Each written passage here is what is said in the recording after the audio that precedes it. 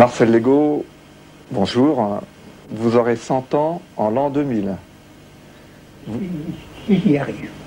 Vous avez eu une jeunesse heureuse, dans une famille laborieuse et sans histoire, imprégnée de religion. À 18 ans, vous êtes polytechnicien. À 19 ans, vous êtes reçu à Normal Sup. Très vite, vous exprimez le désir de réaliser en milieu universitaire une vocation scientifique, jointe à une vocation religieuse dans une équipe de type monastique. Ce rêve, vous l'avez inlassablement mis en œuvre, mais il n'a jamais pu prendre vraiment corps. Et aujourd'hui, vous semblez en éprouver encore une certaine nostalgie. Après l'armistice de 1940, vous vous mariez et vous achetez une ferme abandonnée dans les montagnes de la Drôme. Vous devenez paysan et pendant 30 années, vous peinez, travaillant la terre, éduquant vos 6 enfants, attendant en vain des compagnons d'aventure. Et vous écrivez beaucoup. En même temps, vous redécouvrez la vie de prière qui doit devenir, d'après vous, l'activité principale du croyant. Aujourd'hui, vous nous recevez dans cette petite maison, à 2 pas du Carmel de Mazille, que vous fréquentez assidûment.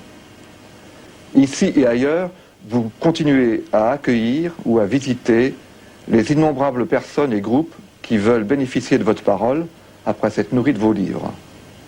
Et comme un de vos ouvrages s'intitule « Devenir soi », j'ose vous demander, à 86 ans, Marcel Legault est-il devenu Marcel Legault? Il ne l'est pas encore tout à fait devenu. Parce qu'à mon sens, tant qu'on en est en vie, ici-bas, on devient. Et c'est même comme ça qu'on vit. Je pense que tout de même, je suis suffisamment proche de la fin pour apercevoir de loin un peu le but. Eh bien, écoutez, sans orgueil, je suis heureux d'avoir vécu ce que j'ai eu à connaître pendant mes 86 ans. Et je ne sais pas ce qui va m'arriver, mais si il m'est permis de conserver conscience humaine jusqu'à la fin, je crois que j'aurais vraiment vécu de façon à ce que la mort devienne vraiment ma mort. Et j'ai cette ambition folle, à savoir que précisément, lorsque je serai mort, je serai probablement mieux compris de beaucoup.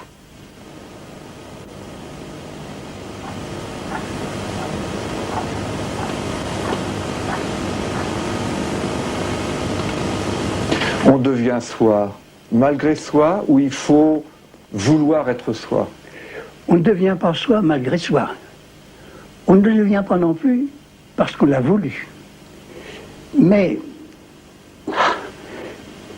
à certaines heures de l'existence, on a une certaine lumière sur ce qu'on a à vivre qui petit à petit se développe et qui nous fait découvrir que ce que nous devenons est à la fois la conséquence d'un accueil, de l'accueil que nous en faisons, et d'autre part d'une force qui est en nous, qui ne peut pas être sans nous, mais qui n'est pas que de nous. Et c'est pour moi, je dirais, le chemin qui m'a été permis de parcourir pour croire en Dieu.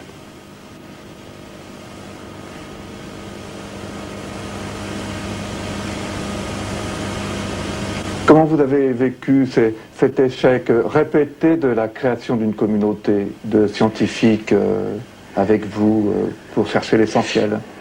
C'est difficile. Il est certain qu'une crise importante de ma vie, ça a été lorsque les quelques camarades qui venaient venir avec moi ont disparu. L'un est mort, les 2 autres se sont mariés. Et moi, pour ma part, pendant une dizaine d'années, je me suis trouvé, je dirais, tout à fait en porte-à-faux vis-à-vis de ce que j'avais à vivre et vis-à-vis de ce que j'aurais voulu vivre, n'est-ce pas? Mais justement, des échecs à cette dimension-là labourent le cœur, labourent l'âme, à une profondeur que la scène ne peut pas atteindre. Et on a à ce moment-là la possibilité de réaliser certaines choses qui n'auraient été tout à fait hors des possibilités si on n'avait pas connu des échecs de cette dimension. Là, il y a des souffrances de l'enfantement qui sont évidemment indispensables pour que l'enfant naisse, en définitive.